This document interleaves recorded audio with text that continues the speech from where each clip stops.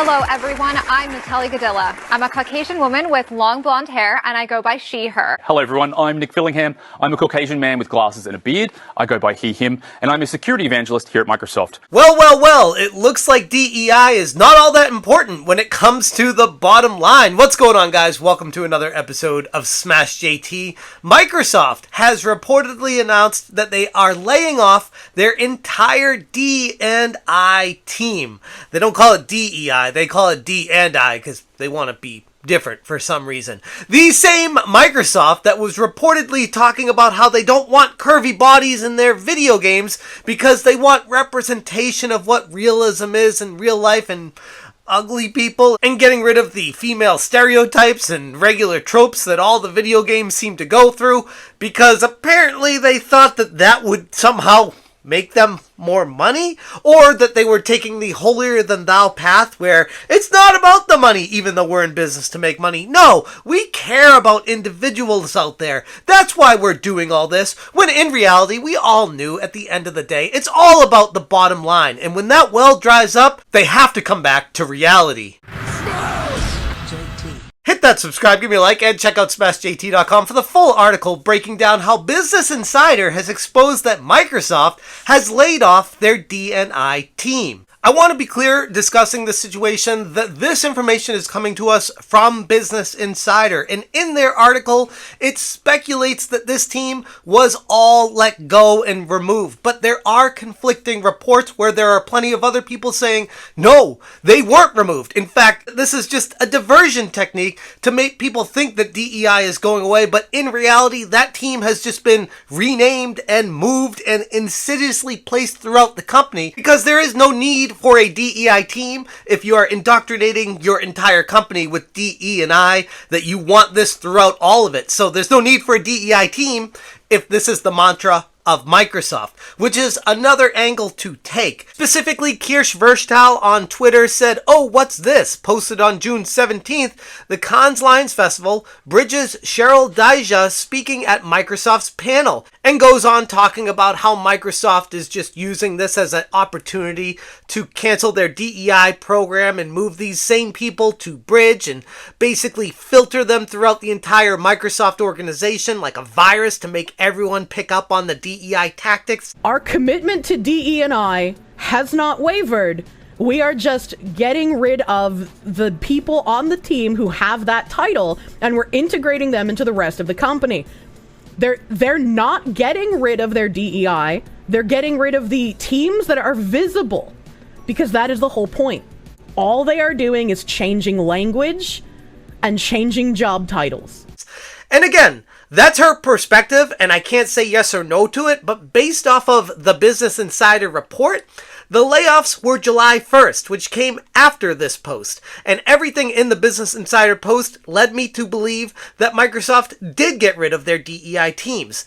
But we don't know for sure what actually is transpiring. But I wanted to give all perspectives with this video. All I can say is, based off of the history with Microsoft, I wouldn't put it past them, because they do care about DE&I to a ridiculous length. And if that is the case, then it is not going away there. But I do want to talk about the potential of what this means for the rest of the industry if it is, in fact, going away. Imagine my shock hearing that Microsoft has dismantled their whole D&I team.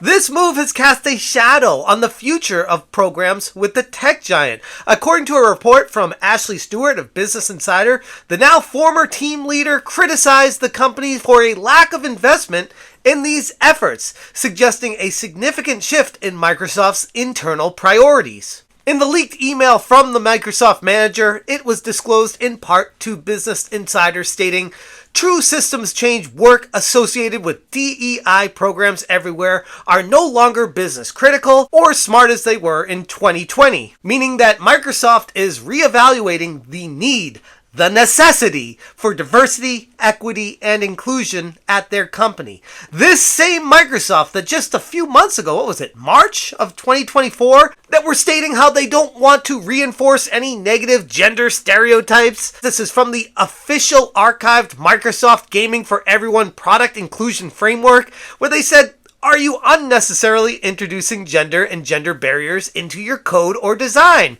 Are you creating playable female characters that are equal in skill and ability to their male peers? Which, by the way, that's not reality. Like, women do not have the body type to battle like a man does. They don't have the muscle structure. It's like science. It's ridiculous to try to say this. And it's all, by the way, based in a fantasy world where gamers want a scantily clad woman fighting. Like, that's badass. That's cool. It plays out these fantasies that are fun. Look at Golden Axe. Like, sure, the armor on the girl was not necessarily covering her up very much, but she was a badass warrior. Are your female characters equipped with clothing and armor that fit their tasks? Do they have exaggerated body proportions? I can only imagine the Karen that wrote this document, because it's someone that clearly wants to see themselves represented in a video game, who is also, by the way, someone who definitely does not play video games. This whole push has come to an abrupt halt with not really a direct explanation as to why, but I think we could all imagine and envision what it was, and that is they're realizing that it's not translating into making money, which is something that we've been screaming from the mountaintops for months now. It feels like maybe even years at this point. We're saying, stop going down this road of creating things that no one wants and keep making things that people do want, and they'll keep buying it. It speaks to a much larger issue of why these companies were going down the road of DEI and how it definitely had something to do with investments and BlackRock and Vanguard. Microsoft, one of, if not the most valuable companies on the planet, is cutting their DE&I program, meaning that there is funding that is drying up from this. Despite the reduction in the dedicated DEI staffing, Microsoft spokesman Jeff Jones assured everyone that the company's commitment to diversity and inclusion remains. Our D&I commitments remain unchanged. He emphasized a continued focus on accountability and prioritized diversity efforts, and he continued, our focus on diversity and inclusion is unwavering, and we are holding firm on our expectations, prioritizing accountability, and continuing to focus on this work. Press X to cast doubt. I hear that, and it's just gobbledygook corporate speak of, yeah, we're getting rid of the D&I teams, and we don't really care about DE&I, nor did we ever. We realized it was not making us money, so we made the decision as a company to get rid of it. But we can't just say that publicly because it makes us look really bad and those weirdos might try to get us canceled. So we're going to go down the road of, oh, but we still care about DE&I.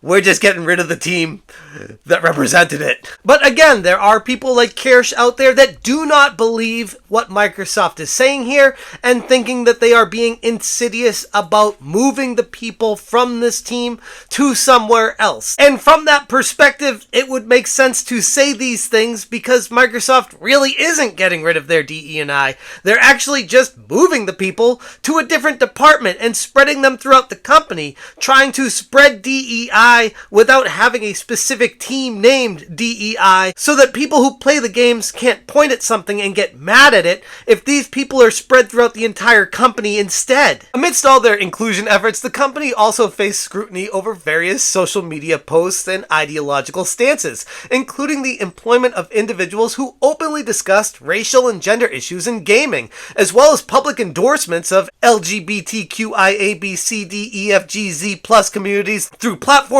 like the Halo X account, where they posted, embrace love, diversity, and inclusion by equipping the Unity 24 armor coating, nameplate, and emblem in Halo Infinite this June. Let's stand together in honoring our LGBTQIA+ community and forging a future of unity and acceptance for all. Inclusion, where they shut off replies and didn't allow anyone to respond to it because they already knew the backlash that was coming for that.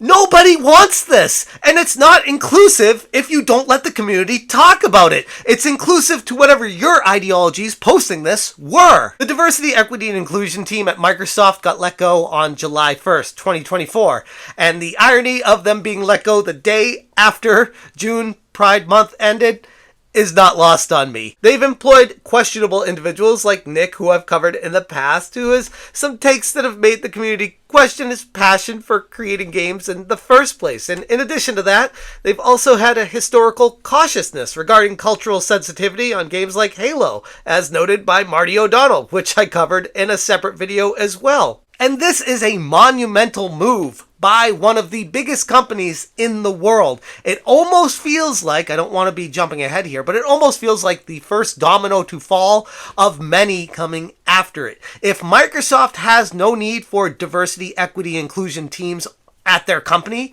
then that speaks volumes to they're probably not making money from it, they're not getting investment funds from it, or enough to justify the existence of the team. And if that's the case, that means other companies will fall in line as well shortly, and it already feels like that's been starting to happen around the industry. And again, to give both sides of the story, because I know already there's people in the comments like, you're celebrating this win too early, nothing actually happened, Microsoft is just trying to confuse everyone. It's like, okay, that is possible, but I'm going by Business Insider's story talking about a team being let go, which is factual reporting based, where the other side of this is potentially true as well, but it's speculation by Kirsch that I've seen, where yes, potentially Microsoft is being very insidious about how they're going about changing DEI to make it go rampant throughout their whole company without people even knowing what they're doing. And yes, that's tinfoil hat type stuff, but it's Microsoft, so it's kind of believable.